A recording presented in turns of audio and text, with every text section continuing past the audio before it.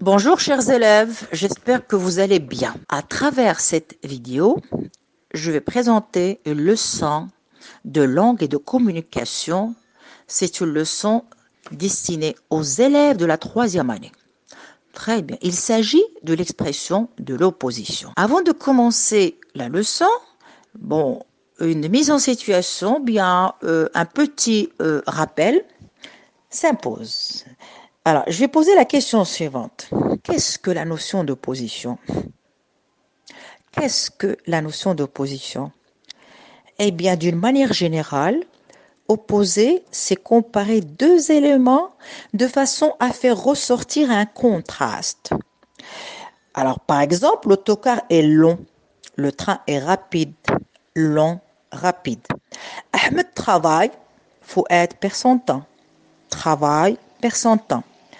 Avant, je faisais du sport, maintenant, je préfère lire. Je faisais du sport, je préfère lire. Le terme opposition désigne la relation qui existe entre deux faits lorsque la relation de l'un est contraire à l'autre. Très bien. Alors, et comme point de départ, la phrase suivante. Elle est très simple. Je veux aller au cinéma, mais je n'ai pas d'argent. Très bien. Combien d'idées contient cette phrase? Eh bien, cette phrase contient deux idées. Lesquelles? Aller au cinéma, ne pas avoir de l'argent. Aller au cinéma, ne pas avoir d'argent. Qu'est-ce qui se pose à ce que j'aille au cinéma? Eh bien, le manque d'argent. Alors, comment sont les deux idées? Elles s'opposent. Elles sont opposées. Très bien. Par quel moyen a-t-on exprimé cette opposition? Par mais. Quelle est sa nature? C'est une conjonction de coordination. Bien. Maintenant, l'objectif de la leçon d'aujourd'hui, évidemment, c'est apprendre comment exprimer l'opposition. La première phrase, c'était tout simplement un point de départ. Alors aujourd'hui, vous allez apprendre comment exprimer l'opposition. Vous allez vous familiariser avec un certain nombre de moyens qui vous permettront d'exprimer l'opposition. Une autre forme d'opposition fera l'objet d'une autre séance. On est d'accord? Bien. Maintenant, nous allons nous intéresser à la phrase suivante. Pierre travaille, mais Paul perd son temps. Alors, quel est le moyen utilisé dans cette phrase pour exprimer bien sûr l'opposition? Eh bien, comme vous l'avez bien deviné, il s'agit de la conjonction de coordination mais. Très bien. Alors, où est-ce qu'elle est placée par rapport à l'ensemble de la phrase? Donc, elle est placée entre la proposition Pierre travaille, la première proposition Pierre travaille, et la deuxième, Paul perd son temps. Très bien. Alors maintenant, on va reprendre la même phrase, mais on va introduire l'opposition avec un autre moyen. Ça donnerait la phrase suivante. Pierre travaille alors que Paul perd son temps. Par quel moyen a-t-on exprimé cette opposition? Eh bien, nous avons exprimé l'opposition avec le moyen alors que. Alors, c'est un outil de langue. Quelle est sa nature? Eh bien, il s'agit d'une conjonction de subordination. Alors, quelle est la principale dans cette phrase, puisqu'on est dans la phrase complexe? Alors, la principale est Pierre travaille. Et quelle est la proposition subordonnée d'opposition? Alors que Paul perd son temps. À quel mot est conjugué le verbe de la proposition subordonnée d'opposition? À l'indicatif. Et à quel temps est-il conjugué? Au présent. Très bien. Donc, à quel mode? On a dit le mode indicatif. D'accord? Est-ce qu'on peut reprendre la phrase en commençant par la subordonnée? Qu'est-ce que ça donnerait comme phrase? Ben, la phrase suivante. Alors que Paul perd son temps, Pierre travaille. Donc, qu'est-ce qu'on peut déduire de la conjonction de subordination alors que? Elle est permutable. Ce qui donnerait les deux phrases suivantes qui sont toutes les deux correctes. Pierre travaille alors que Paul perd son temps. Alors que Paul perd son temps, Pierre travaille. Donc alors est permutable, alors que, pardon, est permutable et entraîne le mot de l'indicatif. Très bien. On continue. Alors, intéressons-nous maintenant à la phrase suivante. Alain a reçu un compliment au lieu d'une réprimande. Au lieu de rire, réfléchis un peu. Donc, par quel moyen a-t-on exprimé l'opposition dans les deux phrases? Au lieu de, quelle est sa nature? C'est une locution prépositive. On peut dire aussi c'est une préposition. Très bien. Dans la phrase A, Alain a reçu un compliment au lieu d'une réprimande.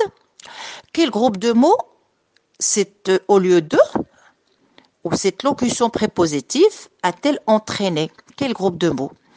Elle a entraîné un groupe nominal. Une réprimande, c'est un groupe nominal. Alors, qu'est-ce que je peux déduire? Au lieu de peut entraîner un groupe nominal. Regardez maintenant dans la phrase B. Quel mot cette locution prépositive au lieu de a-t-elle entraîné? Elle a entraîné un verbe à l'infinitif. Au lieu de rire. Rire est conjugué à l'infinitif. Très bien. Peut-on changer la place des prépositions? Oui. Alors, quelles sont les phrases qu'on peut obtenir? Réfléchis un peu au lieu de rire. Au lieu d'une réprimande, Alain a reçu un compliment. Alors, qu'est-ce qu'on peut retenir? Alors, au lieu de est permutable. Je peux avoir les deux phrases suivantes. Au lieu de rire, réfléchis un peu, ou bien réfléchis un peu au lieu de rire. Ça, c'est pour la phrase A. Pour la phrase B, Alain a reçu un compliment au lieu d'une réprimande, ou bien au lieu d'une réprimande, Alain a reçu un compliment.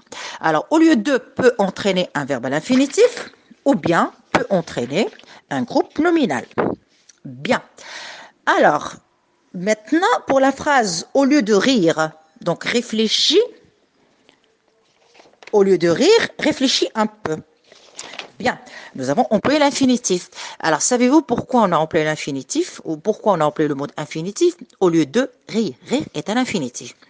On a employé l'infinitif car les sujets des deux propositions sont identiques. Tu ris. Donc, le sujet est tu. Tu réfléchis, le sujet est tu. Comment sont les sujets? Ils sont identiques. Alors, qu'est-ce qu'on retient?